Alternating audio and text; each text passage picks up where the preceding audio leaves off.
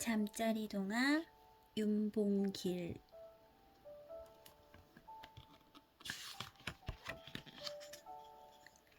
시끌벅적한 교실이에요. 아이들은 저희들끼리 엉켜붙어 힘겨루기를 하고 있었어요. 봉길이 이겨라. 떡배 이겨라. 아이들은 편을 갈라 응원했어요. 누가 봐도 봉길이가 이길 게 뻔했지만 아이들은 신이 났어요. 봉길은 덩치도 컸지만 힘도 매우 셌답니다. 선생님 오신다! 교실 밖에서 망을 보던 아이가 소리쳤어요. 아이들은 재빨리 제자리로 돌아가 앉았어요. 교실 안은 뽀얀 먼지만 날아다닐 뿐 아주 조용했답니다. 일본어 책을 펴라. 긴 칼을 차고 군화를 신은 선생님은 마치 경찰 같았어요. 우리말을 두고 왜 일본말을 배워? 봉길의 입이 삐쭉삐쭉 못마땅한가 봅니다. 그때였어요. 일본인 교장 선생님이 급하게 뛰어왔어요. 빨리 아이들을 돌려보내시오. 그리고 절대로 장터에는 가지 못하게 하시오. 다음 말은 선생님의 귀에다 대고 속삭였어요. 봉길은 무슨 일일까 몹시 궁금했어요. 아무튼 지겨운 일본어 공부를 하지 않아도 된 봉길은 그것만으로도 즐거웠어요. 장터에는 절대로 가지 말아라. 선생님은 아이들의 뒤통수에 대고 다시 한번 소리쳤어요. 하지만 봉길의 집은 반드시 장터를 지나야만 했어요. 장터에는 왜 가지 못하게 하는 걸까? 봉길은 곰곰이 생각해 보았어요. 그런데 봉길이 장터 앞을 지날 때였어요. 대한독립 만세! 만세! 골목골목에서 쏟아져 나온 사람들이 장터를 가득 메웠어요. 만세 소리는 하늘을 찌를 듯 높았고요. 장터는 금세 태극기로 바다를 이루었어요.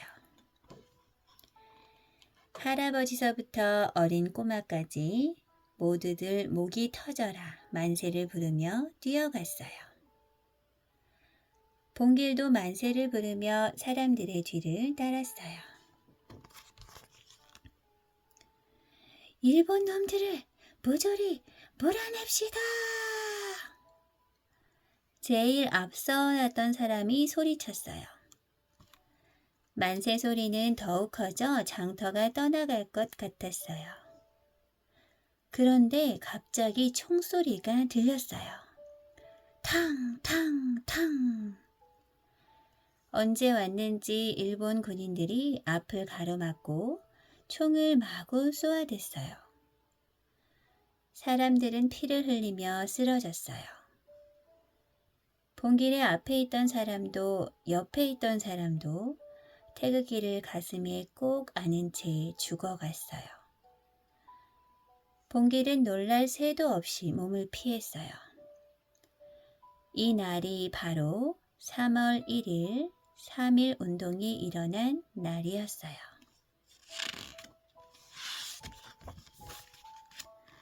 (3.1) 운동은 전국으로 번져 많은 사람들이 다치고 죽었어요. 그때 봉길의 나이 11살이었어요. 봉길은 일본에 대한 복수심으로 불타올랐어요. 일본 놈들에게 더 이상 공부도 배우지 않겠다고 다짐했어요. 봉길은 서당을 찾아갔어요. 봉길은 한문 공부를 열심히 했어요. 그리고 스스로 새 학문을 익히기 위해 신문이나 잡지도 열심히 읽었답니다. 봉길의 학문은 몰라보게 깊어갔어요. 어느 날 봉길이 뒷산에 올라 바람을 쐬고 있을 때였어요. 공동묘지 쪽에서 한 청년이 울면서 뛰어왔어요. 저 좀 도와주세요. 청년은 푯말을 한아름 안고 있었어요. 우리 아버지 산소를 좀 찾아주세요. 청년은 글을 읽을 줄 몰랐던 거예요. 봉길은 푯말을 찾아주면서 물었어요. 그런데 이 푯말을 어느 산소에서 뽑았는지 표시는 해두었소? 청년은 그 자리에 털썩 주저앉으며 통곡했어요. 아이고 아버지, 이를 어쩌나. 봉길은 청년을 안타깝게 바라볼 뿐이었습니다. 못 배운 게 아니구나. 봉길은 집으로 돌아오자마자 사랑방에다 야학을 열었어요. 야학은 낮에는 일을 하느라 배우지 못한 사람들에게 밤에 글을 가르쳐주는 곳이에요. 수많은 사람들이 글을 배우기 위해 봉길을 찾아왔어요. 가, 갸, 거, 겨, 고, 교. 사랑방에 글 읽는 소리가 끊이질 않았습니다. 봉길은 우리마을 교과서인 농민 독본을 만들었어요. 농민들이 농사를 지으면서도 틈틈이 공부할 수 있게 만든 책이지요. 일은 안 하고 밤마다 모여서 무얼 하는 거냐? 일본 경찰은 봉길의 집을 감시했어요. 마음대로 사랑방을 뒤지고 사람들을 쫓아냈어요. 글 모르는 사람에게 글 가르치는 게 뭐가 잘못이오? 봉길은 눈도 깜짝하지 않고 당당하게 말했어요. 쫓겨났던 사람들은 다시 찾아왔고요. 우리 백성들이 잘 살아야 나라도 잘 사는 것입니다. 그래야 남이 넘보지 못합니다. 봉길은 일본의 감시를 피해 사람들에게 나라 사랑하는 마음을 키워주었어요. 봉길은 농민 부흥원을 만들어 농민들을 일깨웠답니다. 윤봉길이 가는 곳마다 일본 경찰이 따라다녔어요. 윤봉길을 잘 감시해. 일본 경찰은 아주 작은 꼬투리라도 잡아서 윤봉길을 잡아가려고 했어요. 또 함께 일하는 사람들을 마구 괴롭히고 때리기도 했어요. 가족들도 항상 불안한 마음으로 살아야 했지요. 나 때문에 많은 사람들이 고통받는구나. 윤봉길은 마음이 몹시 아팠어요. 그때 중국에서는 독립운동가들이 임시정부를 세우고 나라의 독립을 위해 일하고 있었어요. 윤봉길은 중국으로 가야겠다고 생각했어요. 사랑하는 가족과 헤어지는 것은 가슴 아픈 일이지만 윤봉길은 나라가 있는 다음에 자신이 있는 거라고 생각하며 마음을 굳게 먹었어요. 가족들은 윤봉길의 뜻을 꺾을 수가 없었어요. 윤봉길은 마침내 죽기를 각오하고 중국으로 먼 길을 떠났습니다. 중국으로 가는 길은 쉽지 않았어요. 가는 곳마다 일본 경찰들이 조선 사람인 것을 확인하려고 했어요. 그럴 때마다 윤봉길은 미리 배워둔 일본어를 유창하게 사용해서 위기를 벗어났어요. 드디어 윤봉길이 상하이에 도착했어요. 윤봉길은 임시정부를 찾아가 김구를 만났어요. 저는 나라를 위해 목숨을 바칠 각오가 되어 있습니다. 윤봉길은 나라를 위해서라면 아무것도 두렵지 않았습니다.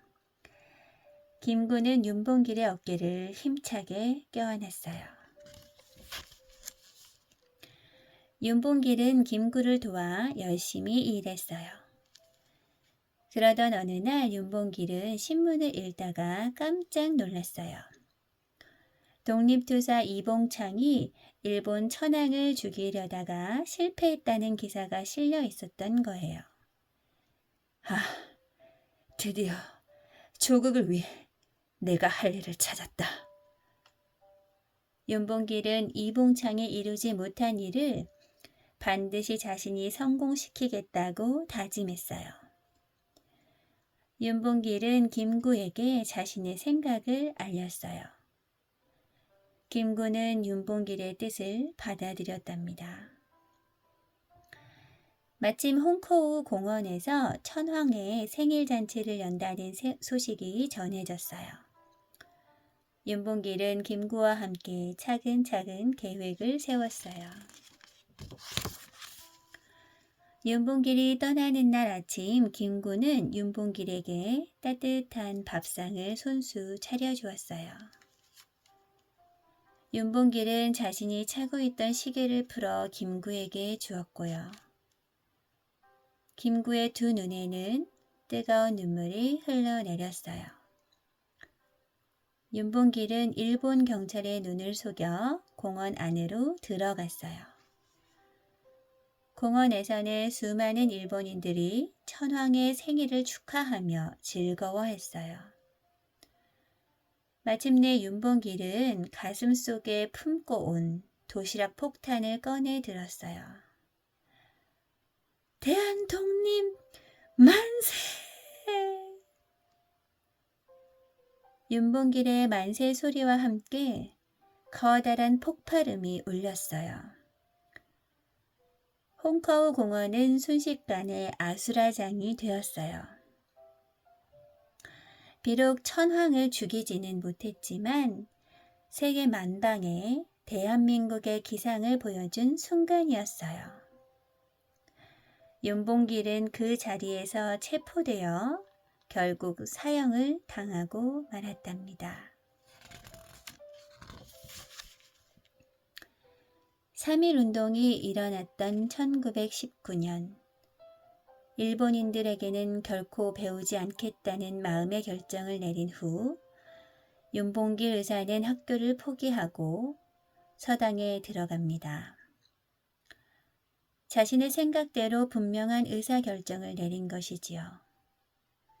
어느 정도 공부를 마쳤을 때 그는 다시 새로운 의사결정을 내립니다. 바로 농민들에게 글을 가르쳐야겠다는 생각을 한 것입니다.